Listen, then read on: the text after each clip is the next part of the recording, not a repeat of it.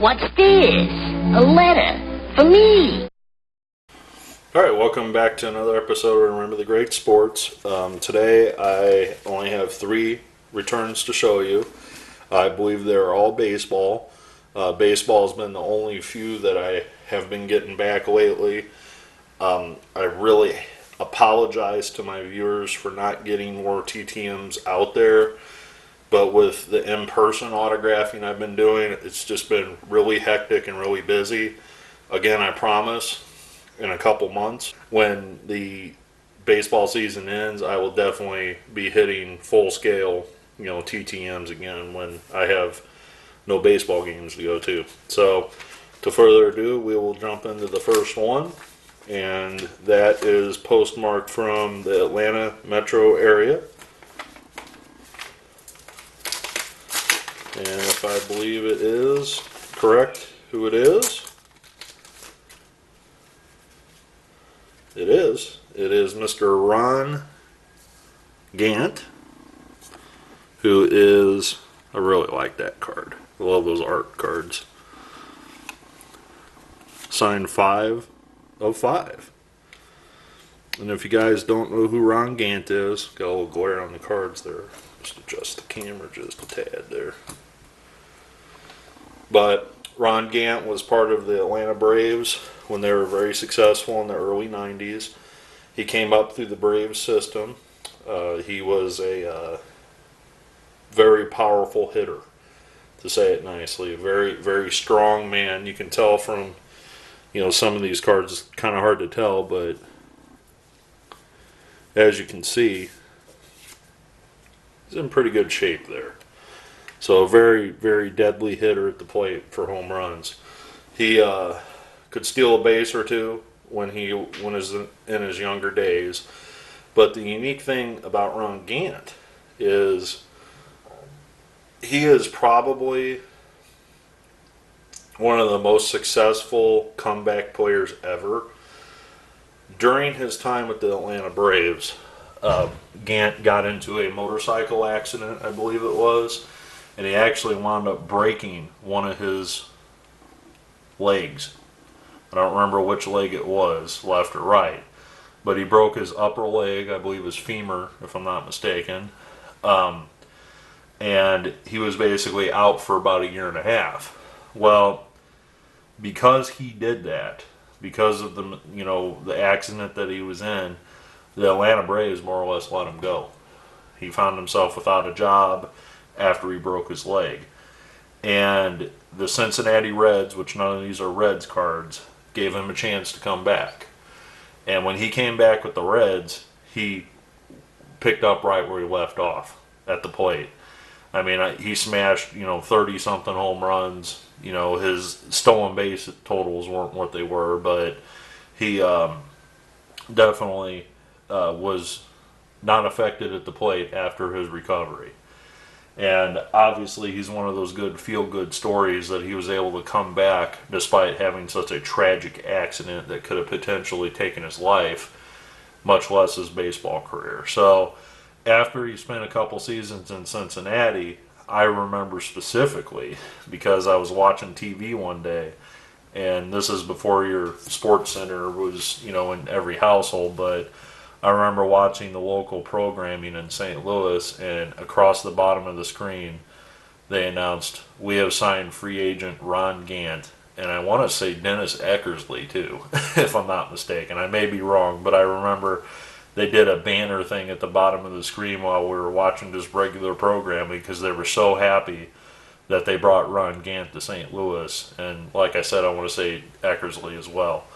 But I may be wrong on Eckersley, but for sure I remember Gant coming there. Well, Gant came to St. Louis, and he played a couple seasons in St. Louis, and he again, crushed the ball a few times, for a few seasons, but he, from what I understand, didn't fit in really well with Tony La Russa and his, regimen. So Ron found himself with another team shortly after his stint with the Cardinals. So in total, he was a beast of a player. He played a lot of years was a very good ball player, and I'm very grateful to get these 5 back. I think he works in Atlanta now on one of the television stations, if I'm not mistaken, is where I sent these cards and got them back. So thank you very much, Mr. Gant. All right, this next one is from North Texas, so Dallas area. And I think I know who this is. It's going to be a former Texas Ranger, and I am correct. And that is former pitcher Bobby Witt. And he signed 5 of 5. Try to get them all on frame there. But the coolest one of my favorite cards, is this highlights card. And if you read it closely, I'm going to try to hold it up there so you can see it. Strikes out 4 batters in 1 inning. So I'm just going to really quick read the back of the card. Remember when cards used to have text? I mean, what a lost art that is. On the back of the card, it talks about nobody ever questioned Witt's ability to strike out people in his first season as a major league pitcher in '87. After just 11 games in the minors, Witt struck out 174 batters in 1986. But on August 2nd, 1987, against the Orioles, Witt accomplished what few of the game's greatest strikeout pitchers have ever done. He struck out 4 batters in 1 inning in one of baseball's oddities. Witt got the chance to pick up the extra strikeout in an inning when his catcher, Mike Stanley, could not handle the third strike pitch to Orioles' Terry Kennedy. Kennedy raced to first and beat out the throw and made it to first. Witt struck out the next batter. So I think that's a real cool little feat. You know, how many people, I'd have to do my research, but how many people can say I struck out 4 in an inning?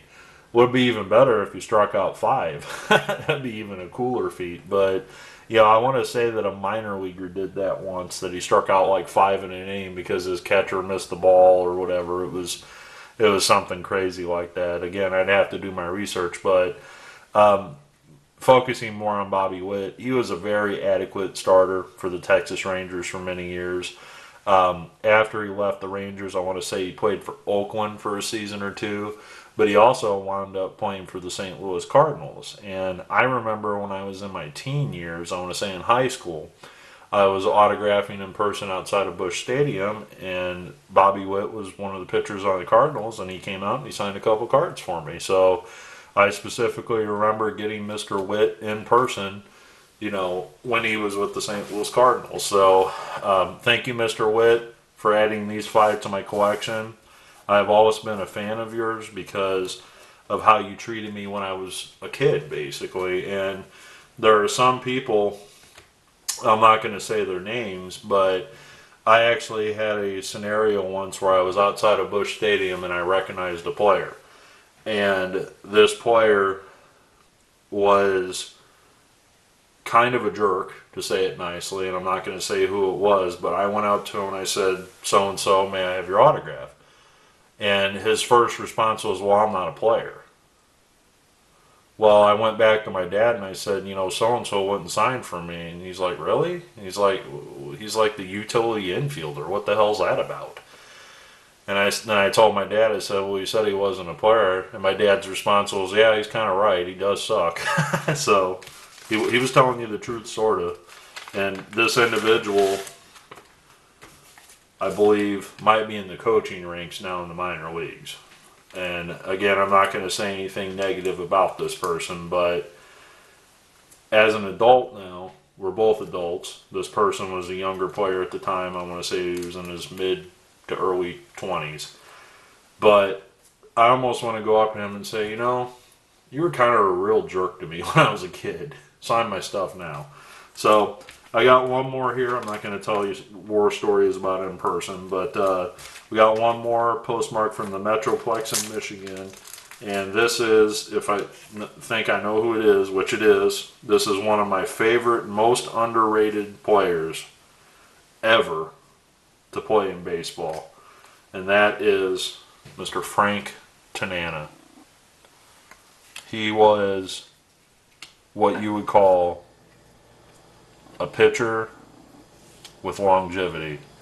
And I'm going to look on the back of his 92 here, and I know he played past 92. In 1992, he had 220 wins. at that point in his career. I know he went to the Mets after he played for the Tigers for a long time. But just looking at the back of the stats on his card, look at that. Look how many years that is. He came up in 73 with the Angels, and I know at least he played till 93. So this guy played 20 years or more even as a major leaguer, and he signed 404, but the added bonus is he also included a Bible card of him talking about the goal.com, and it talks about the choices in life, you know, about how God has given him the opportunities that, you know, God gave him, you know, and he included this as an added signed bonus, you know, with these through the mail autographs. So thank you, Mr. Tanana, for signing for me. You were one of my favorite players growing up. I remember, you know, RBI baseball, you know, and probably not the original RBI, but at least the sequels to RBI baseball. I know you were a nasty left-handed pitcher on that team. I remember that. But thank you for that. Thank you, Mr. Gant, for you signing, and also Mr. Witt. Thank you very much for signing as well. I appreciate this. I appreciate the viewers that watch this video. I know I got a little bit of a tangent going on this video, talking about some old war stories about in-person autographs, but I hope you enjoy that kind of stuff, because I really enjoy autographs, and I want to portray that with my videos. That's why a lot of these videos are so amateurly shot. I don't put a lot of production value into these, or production time, I should say, into these videos, because I want to make you feel that I'm just the average Joe, just like everybody else that watches these. You know, and I'm thankful for every subscriber and everybody that comments on my videos. So, hope you enjoyed this. Look forward to putting a few more together for you in the future. Thanks for watching.